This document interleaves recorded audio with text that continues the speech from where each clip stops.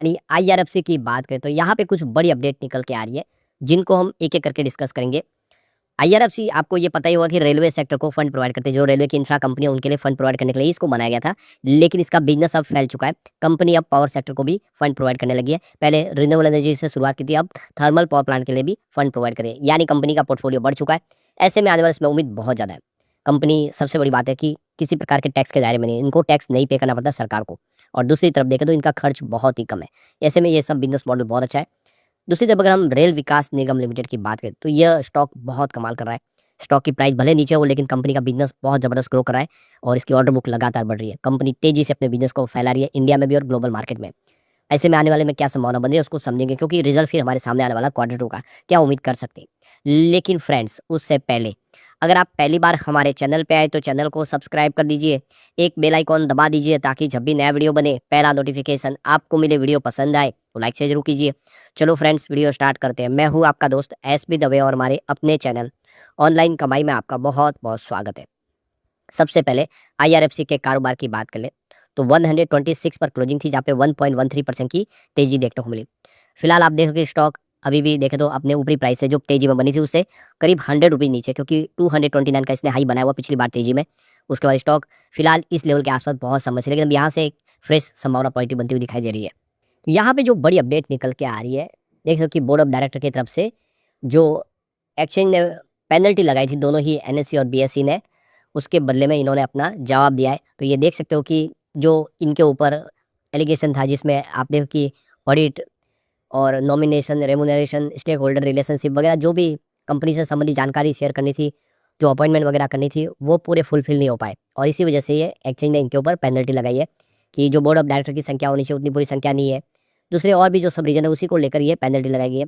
तो इसका जवाब दिया गया है आईआरएफसी की तरफ से कि यहाँ पे कंपनी की 19 सितंबर 2025 को बोर्ड की मीटिंग हुई, जिसमें ये सामने ये मैटर रखा गया, जिसमें कंपनी के ऊपर जो इस समय इल्ज़ाम जो लगे, जैसे कि कंपनी को ऑडिट की जो रिपोर्ट या फिर नॉमिनेशन रिपोर्ट, रेमुनरेशन रिपोर्ट, ये सारी रिपोर्ट जो शेयर नहीं की गई है और बोर्ड ऑफ डायरेक्टर की संख्या जो है उसको फिक्स जितनी चाहिए उतनी नहीं रख पाए।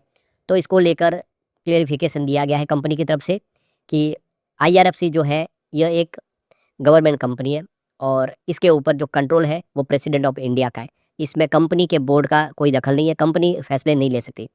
तो जो भी फैसले लेने हैं, अगर बोर्ड के अंदर मेंबर को बढ़ाना है, कोई नई अपॉइंटमेंट करनी है या फिर और कोई फैसला करना है, वो प्रेसिडेंट ऑफ इंडिया के थ्रू ही हो सकते हैं।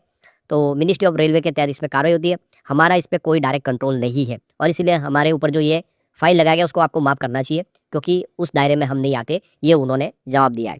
अब एक जो बड़ी अपडेट और निकल के आ रही है, जैसे कि आपको ये पता ही होगा कि आईआरएफसी ने क्वार्टर 2 की तैयारी कर ली है, उसकी डेट भी आ चुकी है और इसी को लेकर इनके जो शेयर ट्रांसफ़र एजेंट थे उन्होंने भी उनको सर्टिफिकेट दे दिया है कि यहाँ पे जो उनके पास जिम्मेदारी थी वो सारी उन्होंने निभा दी है।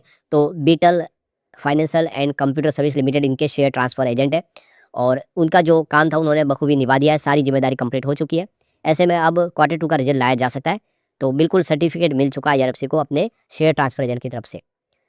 तो ये देख सकते हो कि कंपनी 15 अक्टूबर को अपना क्वार्टर 2 का रिजल्ट डिक्लेयर करेगी, जिसकी डेट हमारे सामने आ चुकी है। और इस रिजल्ट के दौरान कंपनी ने एक बड़ा फैसला और किया है, इंटरिम डिविडेंड देने का ऐलान कर दिया है। तो इसकी भी यहाँ पे रजामंदी ले ली जाएगी। तो कंपनी फिर से डिविडेंड देने जा रही है। लगातार कंपनी काफ़ी शानदार डिविडेंड देती है।